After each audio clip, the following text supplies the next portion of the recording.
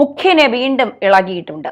സാധാരണ പത്രക്കാരെ കാണുമ്പോൾ ഒരു വല്ലാത്ത ഇളക്കവും ചാട്ടവും ഒക്കെ ഉണ്ട്, കടക്ക് പുറത്ത് എന്നൊക്കെ പറഞ്ഞുകൊണ്ട്. കുറച്ചു നാളില്ലായിരുന്നു, ഇപ്പോൾ വീണ്ടും ഇളകിയിട്ടുണ്ട്.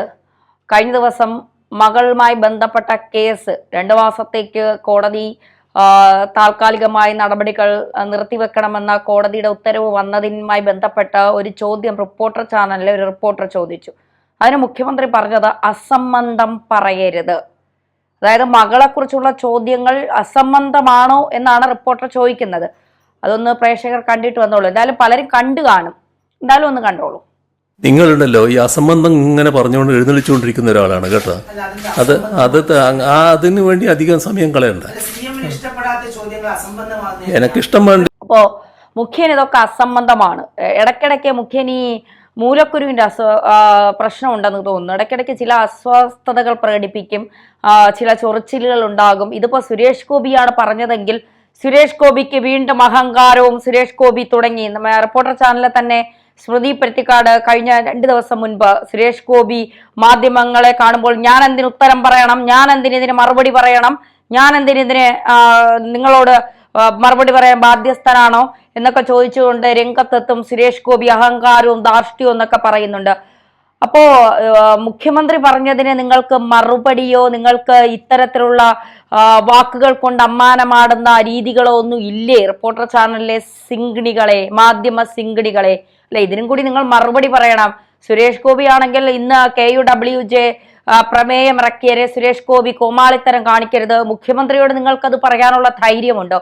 ഇല്ലാന്ന് ഞങ്ങൾക്കറിയാം, എങ്കിലും പറയുകയാണ്. കാരണം കടക്ക് പുറത്തെന്ന് പറഞ്ഞപ്പോൾ ഓച്ചാനിച്ച് പുറത്ത് ചാടിയവരാണല്ലോ ഇവിടുത്തെ മാധ്യമ പ്രവർത്തകർ.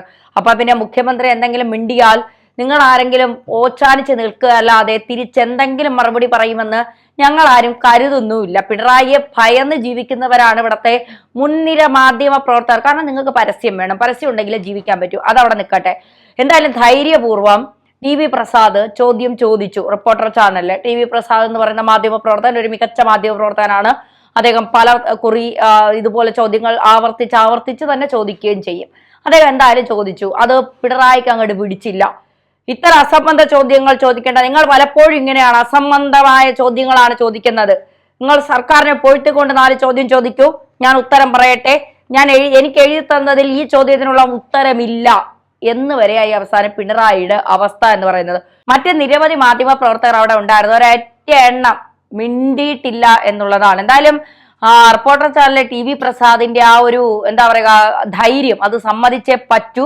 നിങ്ങളൊരു ഇടതുപക്ഷോ വലതുപക്ഷോ BJP-കാരനെ, ഏത് മാധ്യമ പ്രവർത്തകനാകട്ടെ, ഇനി നിഷ്പക്ഷ മാധ്യമ പ്രവർത്തകനാണെങ്കിലും ആ ചോദ്യം ചോദിക്കാൻ കാണിച്ച ധൈര്യത്തിന് അഭിനന്ദിച്ച് മതിയാകും. എന്തായാലും അസംബന്ധം പറയരുത് എന്ന് മുഖ്യമന്ത്രി. ഇന്നത്തെ പത്രത്തിലെ വാർത്തയാണ്.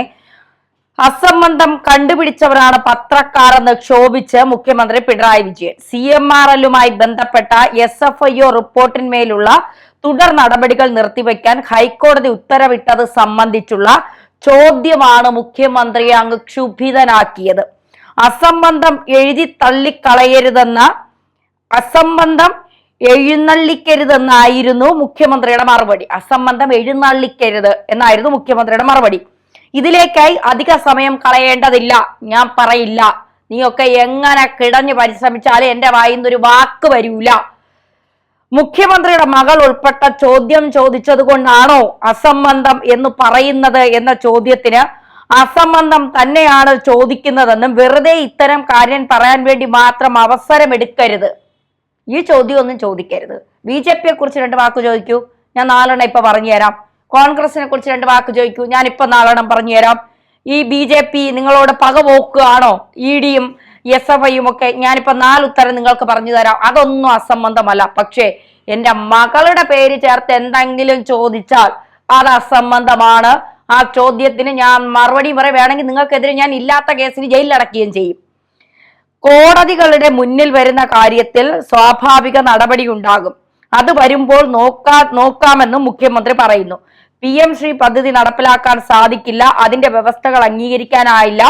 KMM എബ്രഹാം പരാതി തന്നിട്ടുണ്ട്, അന്വേഷിച്ച് നടപടി സ്വീകരിക്കുമെന്നാണ് മുഖ്യമന്ത്രി പറയുന്നത്. അപ്പൊ മനസ്സിലായല്ലോ, മുഖ്യമന്ത്രിയുടെ മകളെ കാര്യം ചോദിച്ചാൽ അദ്ദേഹം നിയമസഭയെ കിടന്ന് തുള്ളിമറിക്കും.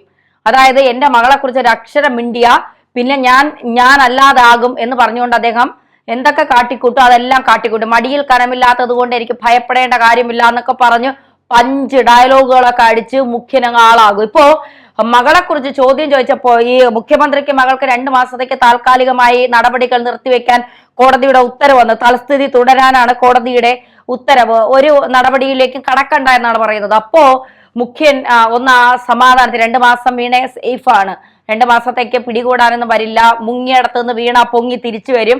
റിയാസ് ഓടാൻ തയ്യാറായി നിൽക്കുകയായിരുന്നു. തൽക്കാലത്തേക്ക് 2 മാസം ഓട്ടോ ഒന്ന് നിർത്താം, 2 മാസം കഴിഞ്ഞ് ഓടിയാ മതി എന്ന് റിയാസും തീരുമാനിച്ചു വെച്ചിരിക്കുകയാണ്. എന്തായാലും അച്ഛനും മകളും മരുമകനും ഒക്കെ ഓടേണ്ടി വരും, നന്നായിട്ട് ഓടി തള്ളേണ്ടി വരും, അക്കാര്യത്തിൽ സംശയം വേണ്ട. ഇപ്പോ ഇതുമായി ബന്ധപ്പെട്ട് മുഖ്യമന്ത്രിക്ക് മകൾക്ക് നോട്ടീസ് അയക്കാൻ ഒരു ഉത്തരവ് വന്നിട്ടുണ്ട്. അതായത് CMRLും എക്സാലോജിക് സൊല്യൂഷനും തമ്മിലുള്ള സാമ്പത്തിക ഇടപാടുകൾ CBI അന്വേഷിക്കണമെന്ന് ആവശ്യപ്പെട്ട് സമർപ്പിച്ച പൊതു താൽപര്യ ഹർജിയിൽ മുഖ്യമന്ത്രി പിണറായി വിജയനും മകൾ വീണ മുഹമ്മദ് റിയാസിനും ഉൾപ്പെടെ നോട്ടീസ് അയക്കാൻ ഹൈക്കോടതി ഉത്തരവിട്ടു. CMRL ഉൾപ്പെട്ട ഇടപാടുകൾ സംബന്ധിച്ച് ആദായ നികുതി വകുപ്പിന് കീഴിലുള്ള ഇടക്കാല സെറ്റിൽമെന്റ് ബോർഡിന്റെ ഉത്തരവിൽ പേരുള്ള വ്യക്തികളുടെ പട്ടിക മുദ്രവച്ച കവറിൽ സമർപ്പിക്കാൻ ജസ്റ്റിസുമാരായ അമിത് റാവലും PM മനോജും അടങ്ങിയ ബെഞ്ച് കേന്ദ്ര സർക്കാരിനോട് നിർദ്ദേശിച്ചു. കൂടുതൽ വാദം കേൾക്കുന്നതിനായി കേസ് മെയ് 27ലേക്ക് മാറ്റി. കമ്പനികളും മുഖ്യമന്ത്രി പിണറായി വിജയനും തമ്മിലുള്ള രാഷ്ട്രീയ ബന്ധത്തെക്കുറിച്ച് അന്വേഷണം നടത്തണമെന്നാവശ്യപ്പെട്ട് മുതിർന്ന പത്രപ്രവർത്തകൻ MR അജയൻ നൽകിയ പൊതു താൽപര്യ ഹർജിയിലാണ് ഹൈക്കോടതിയുടെ നടപടി. 2017-18 മുതൽ 2019-20 വരെയുള്ള അസൈൻമെന്റ് വർഷങ്ങളിൽ വീണയ്ക്ക് നൽകിയ 1.72 കോടി രൂപ ബിസിനസ് ചെലവായി കണക്കാക്കാൻ കഴിയില്ലെന്ന് ഇടക്കാല സെറ്റിൽമെന്റ് ബോർഡ് രേഖപ്പെടുത്തിയ കണ്ടെത്തലുകളുടെ അടിസ്ഥാനത്തിലാണ് ഹർജി. പേയ്മെന്റുകൾ നടത്തിയിട്ടും എക്സാലോജിക് സൊല്യൂഷൻസ് ഒരു സേവനവും നൽകിയിട്ടില്ല എന്ന് CMRL ഉദ്യോഗസ്ഥർ ബോർഡിനെ അറിയിച്ചതായും ആരോപണം ഉണ്ട്. ഇതൊക്കെയാണ് മുഖ്യമന്ത്രിയുടെ മകൾക്കും മുഖ്യമന്ത്രിക്കും നോട്ടീസ് അയക്കാനാണ് പൊതു താൽപര്യ ഹർജി പ്രകാരം വന്നേക്കുന്ന റിപ്പോർട്ട്. എന്തായാലും 2 മാസത്തേക്ക് ഈ കേസിന്റെ കാര്യത്തിൽ കൂടുതൽ നടപടികളിലേക്ക് കടക്കണ്ട എന്നുള്ള നിർദ്ദേശം കോടതി വന്നിട്ടുണ്ട്. പക്ഷേ മുഖ്യമന്ത്രിക്ക് അതൊന്നും ഒരു പ്രശ്നമല്ല. മകളെ കുറിച്ച് എവിടെയെങ്കിലും മിണ്ടിയാൽ നാട്ടുകാരെ മുഴുവൻ എന്തും പറയാം. മൈക്ക് വരെ പ്രവർത്തിച്ചില്ലെങ്കിൽ ആ മൈക്കിനെ വരെ കേസെടുക്കുന്ന മുഖ്യമന്ത്രിയാണ്. ആ മൈക്ക് പ്രവർത്തിക്കാത്തതിന്റെ പേരിൽ മൈക്ക് പിടിച്ചോണ്ട് പോകും, മൈക്കിനെതിരെ കേസെടുക്കും, മൈക്ക് ഓപ്പറേറ്റർമാർ പിന്നെ അതിന്റെ പുറകെ നടക്കണം. അങ്ങനെ എന്തൊക്കെ കാണിക്കാൻ പറ്റും ആ കോലാഹലങ്ങളൊക്കെ കേരളത്തിൽ കാണിച്ചുകൊണ്ടിരിക്കുന്ന മുഖ്യമന്ത്രിയാണ്. കേരളത്തിലെ ജനങ്ങൾ ആരെങ്കിലും മുഖ്യമന്ത്രിയെ തീർക്കുമെന്ന് പറഞ്ഞുകൊണ്ട് 48-58 വാഹന അകമ്പടിയോടെ നിരത്തുകളിൽ പാഞ്ഞു പോകുന്ന മുഖ്യമന്ത്രിയാണ്. ഇരട്ടച്ചങ്കനാണ്, ഊരിപ്പിടിച്ച വടിവാളിനിടയിലൂടെ നടന്ന മനുഷ്യനാണ്, ആരെയും ഭയവും കൂസലും ഇല്ലാത്ത മനുഷ്യനാണ്. പക്ഷേ മാധ്യമ പ്രവർത്തകർ എന്തെങ്കിലും ചോദ്യം ചോദിച്ചാൽ, അത് മകൾക്കെതിരെ എന്തെങ്കിലും ചോദ്യം ചോദിച്ചാൽ അത് അസംബന്ധമാണ്. അത് നിങ്ങൾക്ക് അസംബന്ധമാണെങ്കിലും ഞങ്ങൾക്ക് അസംബന്ധമല്ല. അതായത് സുരേഷ് ഗോപിക്കെതിരെ KUWJ പ്രമേയം പാസാക്കിയല്ലോ, മുഖ്യമന്ത്രിക്കെതിരെ ഒന്ന് പ്രമേയം ഇറക്കിയ കാണട്ടെ, പ്രതിഷേധം നടത്തിയ കാണട്ടെ. ഇതൊക്കെ എല്ലാവർക്കും വേണ്ടിയിട്ടുള്ളതാണ് KUWJ എന്നൊന്നും അങ്ങോട്ട് കാണിച്ചു കൊടുക്ക്.